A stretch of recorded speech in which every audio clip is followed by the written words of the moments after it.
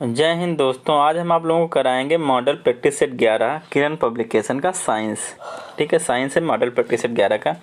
देखिए इसका पहला क्वेश्चन क्या है, 111 नंबर क्या है, निम्नलिखित में से कौन से समूह में सर्वाधिक ऊष्मा रोधी होते हैं। ठीक है, जो ऊष्मा रोधी होते हैं, जैसे तुम्हारा क्या हो गया इसमें, रबड़, कांच, प्लास्टिक, एबोनाइट, कपास, तांबा। ये तांबा तो क्या होता है, रोधी नहीं होता है। ठीक है, बैकेलाइट, शुष्क हवा, एबोनाइट, एल्यूमिनियम नहीं होता है। तो इसमें देखिए ऑप्शन आपका कौन सा है, प्लास्टिक, एबोनाइट, कागज, कपास, बैकेलाइट, शुष्क हवा, रबड़। ये सारे क्या होते हैं, ये ऊष्मा रोधी होते हैं। ये सारे क्या होते हैं आपके डियर, ये सारे आपके क्या होते हैं, ऊष्मा रोधी होते हैं। तो तीसरा 111 का तीसरा क्या है, सही है। नेक्स्ट क्वेश्चन बढ़ते हैं। नेक्स्ट क्वेश्चन क्या है, नेक्स्ट क्वेश्चन कह रहा है कि जब दो समान बल किसी पिंड पर एक दूसरे के विरुद्ध दिशा में, तो समान बल है, एक पिंड है, ये एक इधर से 10 न्यूटन का लग रहा है, एक इधर से 10 न्यूटन का लग रहा है, दोनों तरफ से समान फोर्स है। बोला क्या, समान बल लग रहे हैं, प्रयुक्त होते हैं, तो पिंड पर प्रयुक्त होने वाला कुल बल क्या होगा, जीरो होगा। इसी कंडीशन में क्या होगा, जीरो, शून्य होगा। ऑप्शन कौन सा, थर्ड राइट होगा। अगला क्वेश्चन क्या है, अगला क्वेश्चन देखिए, जल से भरे गिलास के नीचे दबे कागज। ये एक जल से भरा गिलास है, इसके नीचे एक कागज ऐसे रखा हुआ है। ठीक है, ऐसे कागज रखा हुआ है। ठीक है, जल को छिड़काए बिना ही खींचा जा सकता, छलकाए बिना, छिड़काए छलकाए होना चाहिए, खींचा जा सकता, मतलब ऐसे खींचो जल भी नहीं गिलास से गिरेगा। तो ये होता है न्यूटन के क्या, जड़त्व के गुण को दर्शाती है। गिलास उसमें विरामावस्था में, तो विरामावस्था रहना चाहिए, कागज चुपचाप क्या हो जाएगा, निकल जाएगा। तो जड़त्व को दर्शाती है। 113 का ऑप्शन नंबर थर्ड। नेक्स्ट बढ़ते हैं। 114 क्या है, 1 kg द्रव्यमान व 3 सेंटीमीटर त्रिज्या के ठोस गोले को इसके केंद्र से जाती हुई अक्ष के प्रति 50 रेडियन से कोणीय वेग से घुमाया जाता है। तो घूर्णन की आपको क्या निकालना है, गतिज ऊर्जा निकालना है। तो घूर्णन की गतिज ऊर्जा के बराबर होता है 1/2 mr²। क्या होता है, 1/2 mr² होता है, नहीं 1/2 m ओमेगा² होता है, कोणीय वेग का square. K equal to 1/2 I omega square होता है। क्या होता है, आई ओमेगा स्क्वायर होता है। आई की वैल्यू आपकी यहाँ डाली, आई की वैल्यू आपकी होती है यहाँ पे 1/5, गोले के लिए 1/5 mr²। क्या होता है, mr²। एक किसकी वैल्यू होगी, आई की। ओमेगा स्क्वायर आपका यहाँ से सारी वैल्यू आप डालिएगा, 1/2 1/5। एम की वैल्यू कितनी डालोगे, 1 kg। आर की डालोगे 3/100, सेंटीमीटर को मीटर चेंज कर लेना। ओमेगा डालोगे 50, डालोगे काट पीट के आंसर आप कितना आ जाएगा, यहाँ यहीं पे आपको इसमें रखना है। और काट पीट के आंसर कितना आ जाएगा आपका, 9/10 जूल। कितना आ जाएगा, 9/10 जूल। नेक्स्ट क्वेश्चन बढ़ते हैं। क्या देखिए, ये तो 114 क्वेश्चन फिर से लग गया। 115 देखिए, 115 क्या कह रहा है, सरल लोलक का गोलक एक खोखला गोला है जो पारे से पूर्णतः भरा है। यदि 1/3 पारा निकाल दिया जाएगा तो लोलक का आवर्तकाल क्या होगा। लोलक का आवर्तकाल जो होता है बराबर होता है 2π√L/g, लंबाई पे निर्भर करता है। तो अगर जब पारा आप निकाल दोगे, 1/3 पारा अगर निकाल दोगे तो इसे पेंडुलम की लंबाई क्या हो जाएगी, बढ़ जाएगी। और लंबाई बढ़ जाएगी तो आवर्तकाल क्या हो जाएगा, बढ़ जाएगा। लंबाई बढ़ जाएगी तो आवर्तकाल क्या हो जाएगा, बढ़ जाएगा। नेक्स्ट क्वेश्चन देखिए, अगला क्वेश्चन नंबर 116। क्वेश्चन नंबर 116 कह रहा है, यदि गेंद ऊंचाई h पर विरामा की स्थिति में है, फर्श पर गिरती है तो ऊंचाई n/4 तक वापस चलती है। गेंद तथा फर्श के बीच प्रत्यास्थ गुणांक क्या होगा। तो प्रत्यास्थ गुणांक का डियर फार्मूला आपके पास होता है, अगर ये h/4 है, h/4 होगा, तो प्रत्यास्थ गुणांक E बराबर फार्मूला होता है √H2। टकराने के बाद चली गई दूरी अपान टकराने के पहले ऊंचाई कितनी थी, उसकी ऊंचाई किस ऊंचाई से गिराया गया। तो देखिए H2 आपके पास है 1/4, कितना h/4, कितना h/4, और अपान ये क्या है, h है, ये h से h कट जाएगा तो ये अंडर लगा हो, तो n इक्वल टू कितना जाएगा, √1/4। √1/4 का मतलब 1/2, किससे मतलब है 1/2 से। थर्ड ऑप्शन राइट होगा। नेक्स्ट क्वेश्चन देखिए क्या है, किसी वस्तु को 30 मीटर से गिराने पे, वस्तु को ऊपर से 30 मीटर से गिराया जाता है, वस्तु को ऊपर से 30 मीटर तक गिराया जाता है। टी समय लगता है, कितना समय लगता है, टी समय लगता है। उसी वस्तु को 120 मीटर से गिराने पे कितना समय लगेगा। तो देखिए आपके पास फार्मूला होता है H = UT + ½ GT²। जब भी किसी चीज़ को ऊपर से गिराओगे तो हमेशा इनिशियल वेलोसिटी क्या, जीरो, तो ये पूरा जीरो हो जाएगा। तो क्या बचेगा, 1/2 GT²। मतलब ऊंचाई कितनी है, इतनी है। ऊंचाई कितनी, 30 है। ऊंचाई कितनी, 30 है। यहाँ रख दोगे 30, क्या रख दोगे 30, 30 दूना कितना हो जाएगा, 60, कितना हो जाएगा 60 इक्वल टू क्या आ जाएगा GT या AT जो भी लिख लो, आप AT लिख लो, AT स्क्वायर थोड़ा बोल दिया, हाँ AT रख लो यहाँ पे, ठीक है, AT स्क्वायर कर लो। तो यहाँ से समय तो T स्क्वायर था, समय क्या था T स्क्वायर था। अब आप देखो, अब आप यहाँ पे देख सकते हो कि जो हाइट है, आप अगर देखोगे यहाँ A तो फिक्स ही रहेगा, G तो आपका क्या रहेगा, फिक्स ही रहेगा, तो T के समानुपाती है। एक सेकंड फिर से बताता हूँ, देखिए H इक्वल टू आपके पास क्या होता है UT plus half GT square, ये तो भैया जीरो हो जाएंगे, तो H इक्वल टू क्या, ये तो जीरो, तो क्या बचेगा हाफ GT स्क्वायर, क्या बचेगा हाफ GT स्क्वायर। तो देखो ये चीज़ तो दोनों कांस्टेंट है, ये दोनों क्या है कांस्टेंट है, हाफ भी कांस्टेंट G भी कांस्टेंट है। तो जो H है वो प्रोपोर्शनल होता है सीधे T स्क्वायर के, किसके होता है T स्क्वायर के, मतलब T स्क्वायर प्रोपोर्शनल होता है अंडर रूट किसके H के, T प्रोपोर्शनल होता है अंडर रूट H के, मतलब H बढ़ाओगे सब में बढ़ेगा, H बढ़ाओगे तो समय क्या बढ़ेगा रूट में बढ़ेगा, समय क्या बढ़ेगा रूट में।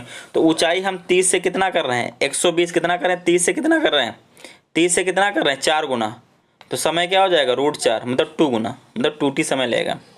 कितना समय लगेगा 2t समय लगेगा। आगे देखिए मशीन के भौतिक में तो वेग अनुपात BR एवं मशीन के क्षमता के बीच संबंध। तो देखिए ईटा बराबर, इसको ईटा बोलते हैं, ईटा बराबर होता है BR/MA। क्या होता है BR/MA, तो क्रॉस मल्टीप्लाई करोगे तो BR इक्वल टू क्या हो जाएगा NMA। ऑप्शन सेकंड क्या 118 का right, sorry MA equal to MA, sorry अरे फॉर्मूला उल्टा लिख दिया। ईटा इक्वल टू होता है MA/BR, क्या होगा MA/BR, मैकेनिकल एडवांटेज अपन वेलोसिटी रेशियो, ये क्रॉस मल्टीप्लाई हो जाएगा, तो ईटा इक्वल टू क्या हो जाएगा BR इंटू MA। तो MA बराबर कहीं ऐसा फॉर्मूला देखो आपके पास, ये कौन सा फॉर्मूला दिख रहा है, पहला फॉर्मूला आपके पास दिख रहा है। 119 नंबर देखिए अगला क्वेश्चन, 119 नंबर देखिए क्या कह रहा है। एक ग्रह X एक आदमी 500 ग्राम द्रव्यमान के पिंड को, 500 ग्राम द्रव्यमान का पिंड है, ठीक है, देखिए समझिए क्वेश्चन को।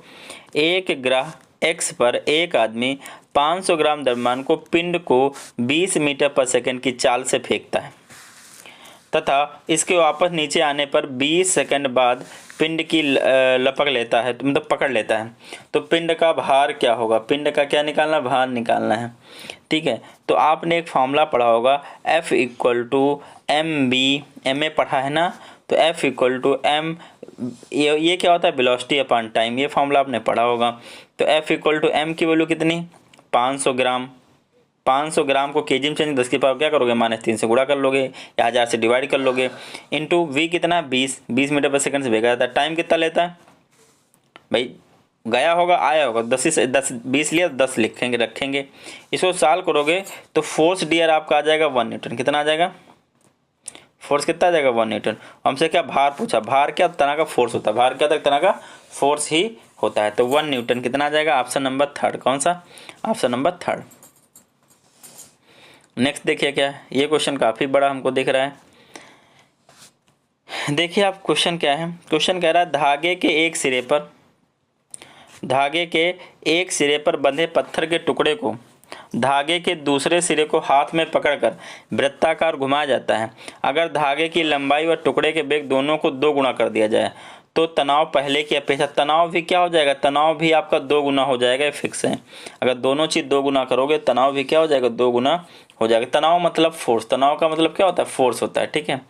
आगे देखिए अगला क्वेश्चन, अगला क्वेश्चन आपका है डियर क्या होता, क्वेश्चन क्या है, एक सेकेंड, 21 नंबर देखिए, क्या होता जब जल को 8 डिग्री सेल्सियस से 0 सेल्सियस तक ठंडा किया जाता है। तो देखिए 8 से 0 तक ठंडा किया जाएगा तो जल का आयतन समान रूप से कम होकर 0 सेल्सियस तक ठंडा होगा, नहीं ऐसा नहीं होगा। क्या होगा, जल का आयतन 4 डिग्री सेल्सियस तक कम होता है और तब बढ़ता है, उसके बाद उसका आयतन क्या बर्फ बनने लगता है, तो क्या बढ़ने लगता है 4 सेल्सियस के बाद। तो ऑप्शन 3 क्या है, राइट है डियर। नेक्स्ट क्वेश्चन देखिए, जब कोई वस्तु, अगला क्वेश्चन क्या है, जब कोई वस्तु उत्तल लेंस के, अब देखो 122 नंबर है, क्या बोला है, जब कोई वस्तु उत्तल लेंस के पर हो तो प्रतिबिंब आभासी प्रतिबिंब उत्तल लेंस में केवल एक ही बार बनता है जब प्रतिबिंब हमारा कहाँ फोकस और ऑप्टिकल के बीच में हो। तो ऐसे जाते हैं ऐसे, तो ये जब ऐसे जाएंगे तो इनको जब कैसे मिलाओगे, ऐसे बैक में ले जाओगे तब पीछे बनेगा, ठीक है। तो एक ही केस होता है F1 और O के मध्य जब होता है। आगे देखिए अगला क्वेश्चन है, ध्वनि का वह विलक्षण कौन सा है जिसके कारण समान तारत्व और तीव्रता की दो विभिन्न ध्वनियों के बीच विभेदन हो सकता है? तो ये है भैया गुणता। किसके कारण होता है? गुणता के कारण ऐसा होता है। नेक्स्ट क्वेश्चन बढ़ते हैं, क्वेश्चन नंबर 124। इसमें काफी बड़े बड़े क्वेश्चन दिए गए हैं, ठीक है। 124 देखिए क्या है, विविध जीव ग्लूकोज को कार्बन डाइऑक्साइड एवं पानी में पूरी तरह से तोड़ने हेतु विभिन्न तरीकों का उपयोग करते हैं। कभी कभी जब हमारी मांसपेशियां की कोशिकाओं में ऑक्सीजन की कमी होती है तो पायरुवेट के टूटने के लिए दूसरा रास्ता अपनाया जाता है। पायरुवेट लैक्टिक अम्ल में परिवर्तित हो जाता है, जो आपका क्या है, 3 कार्बन अणु है कि 2 कार्बन अणु है कि 6, तो क्या 3 कार्बन अणु होता है। कौन होता है? 3 कार्बन अणु होता है, ठीक है। आगे बढ़ते हैं भाई, लैक्टिक एसिड का फॉर्मूला होता है C3H6O3। तो कितने कार्बन है? 3 है, ठीक है। आगे देखें अगला क्वेश्चन 125 नंबर कहा जा रहा है कि मेंडलीव की आवर्त सारणी में निम्नलिखित समूहों में से किस तत्व समूह के बाद में तालिका में जगह, मतलब सबसे बाद मिली, पहले नहीं मिली, आखिरी मिली। तो आपको पता होगा सबसे लास्ट में आप अगर आवर्त सारणी देखोगे तो स्केडियम गैलियम, ये आपको 3 लिखे हुए मिलेंगे, ठीक है। आगे देखते हैं अगला क्वेश्चन क्या है, 126 नंबर क्या है, लोहे की वस्तुओं में जंग क्या बनने से लग जाती है? लोहे की वस्तुओं में जंग क्या बनने से लग जाता है? तो लोहे की जंग में जंग क्यों लगता है? तो फेरस और, ऑप्शन नंबर 2 इसका सही होगा, फेरस और फेरिक हाइड्रोक्साइड का मिश्रण। जब लोहे पर जंग लगती है तो उसका वेट क्या होता है? बढ़ता है कुछ समय तक। औद्योगिक रूप से विद्युत अपघटन द्वारा बनाए जाने वाले पदार्थों का समूह है। औद्योगिक रूप से विद्युत अपघटन द्वारा बनाए जाने वाले पदार्थों का समूह है। तो कौन है? कास्टिक सोडा, क्लोरीन और एल्यूमिनियम, ये बनाए जाते हैं विद्युत अपघटन द्वारा। अगला आपका है, इसमें आप देखिए बहुत आसान सा क्वेश्चन ने लिखा है, COPO4 का होल ट्वाइस सूत्र वाले यौगिक में परमाणुओं की संख्या कितनी है? तो देखिए Ca कितने हैं? 3 हैं। P कितने हैं? 2 हैं। O कितने हैं? 8 हैं।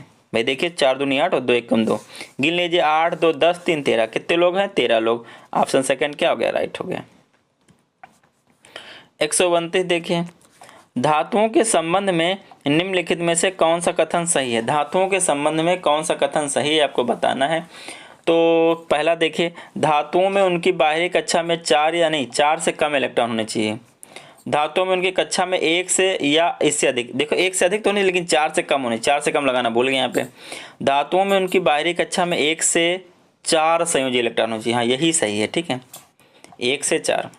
अगला देखिए, जब लोहे की फाइलिंग में हाइड्रोक्लोरिक अम्ल मिलाया जाता है तब क्या बनता है? एक कल भी क्वेश्चन, कल के सैंपल में भी आया था, हाइड्रोजन गैस और लौह क्लोराइड तैयार किया था। कल जो मैंने 10 क्वेश्चन कराए थे, 25 क्वेश्चन, उसमें भी क्वेश्चन था आपका, ठीक है।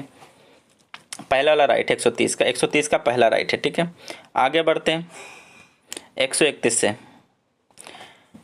20 क्वेश्चन हो गए, 20 और बचेंगे, ठीक है।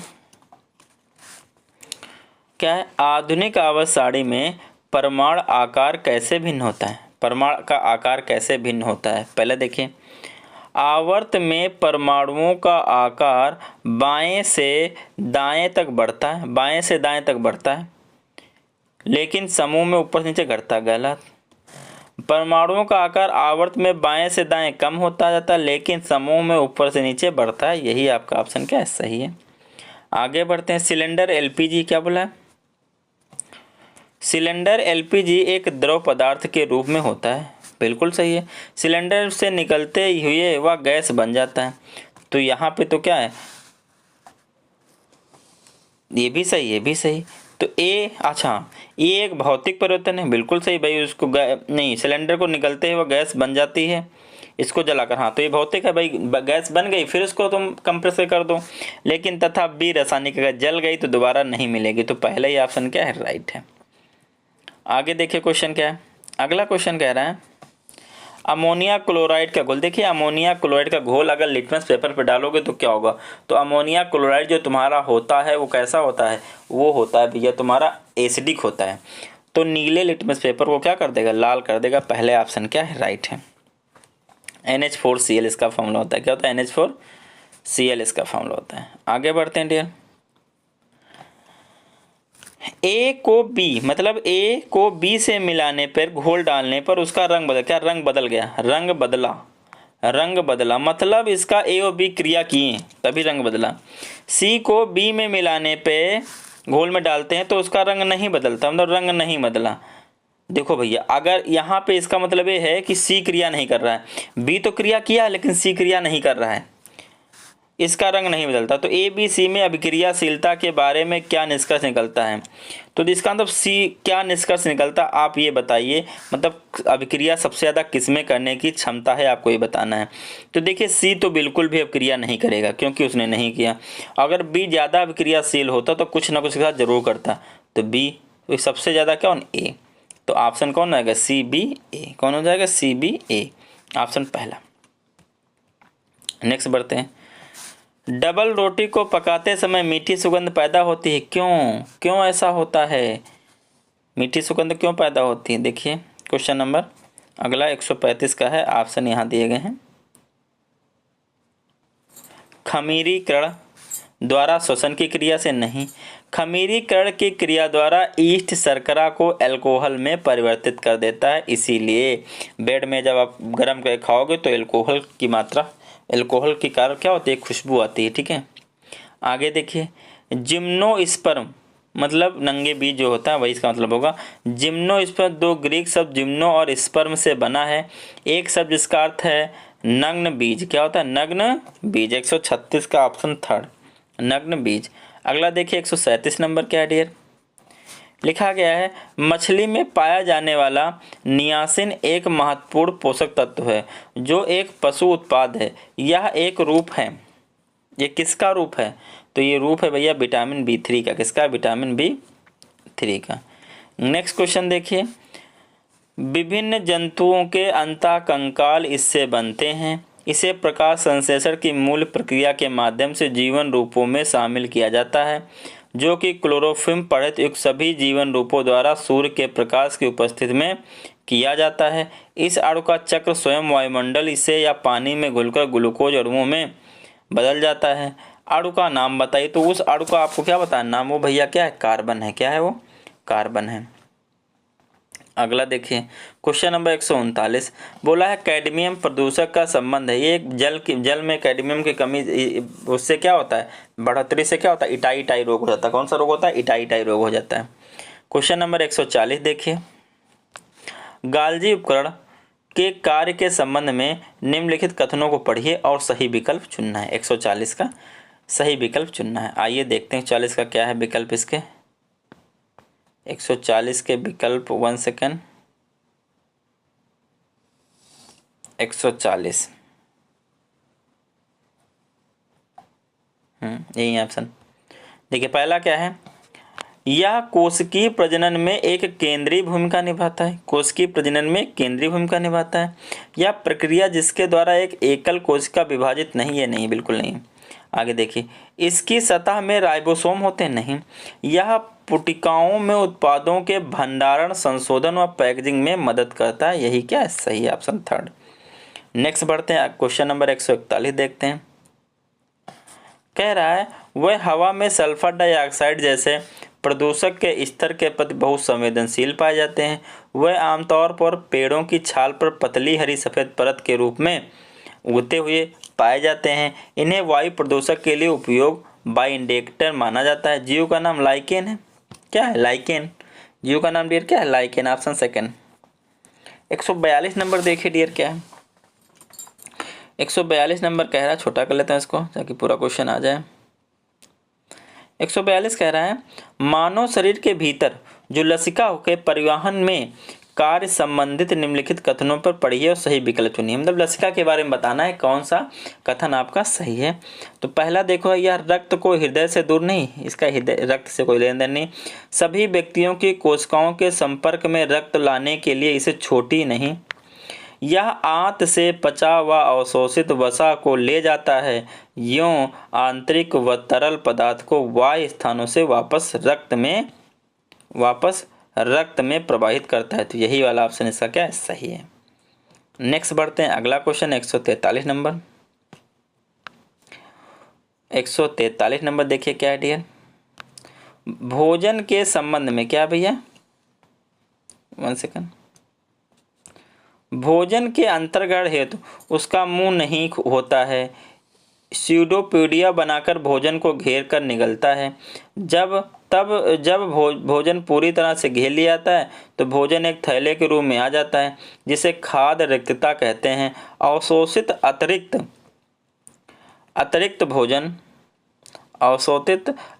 भोजन क्या होता है, अतिरिक्त भोजन को ग्लाइकोजन एवं लिपिड के रूप में जमा हो जाता है। अपचित भोजन भोजन रिक्तता में एकत्र हो जाता है। कोशिका झिल्ली को तोड़कर शरीर से बाहर निकल दिया जाता है। जीव का पहचान कीजिए। तो जीव है भैया आपका अमीबा। कौन है आपका, अमीबा। जीव कौन सा है भैया, अमीबा। आगे अगला चेक करते हैं।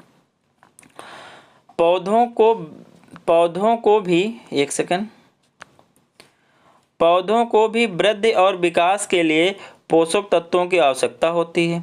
निम्नलिखित में से कौन से पोषक तत्व पौधों को वायु और जल द्वारा आपूर्ति की जाती है, तो आपको बताना है कौन सी की जाती है। तो एक इसका क्या होगा, नाइट्रोजन, आर्गन, हीलियम।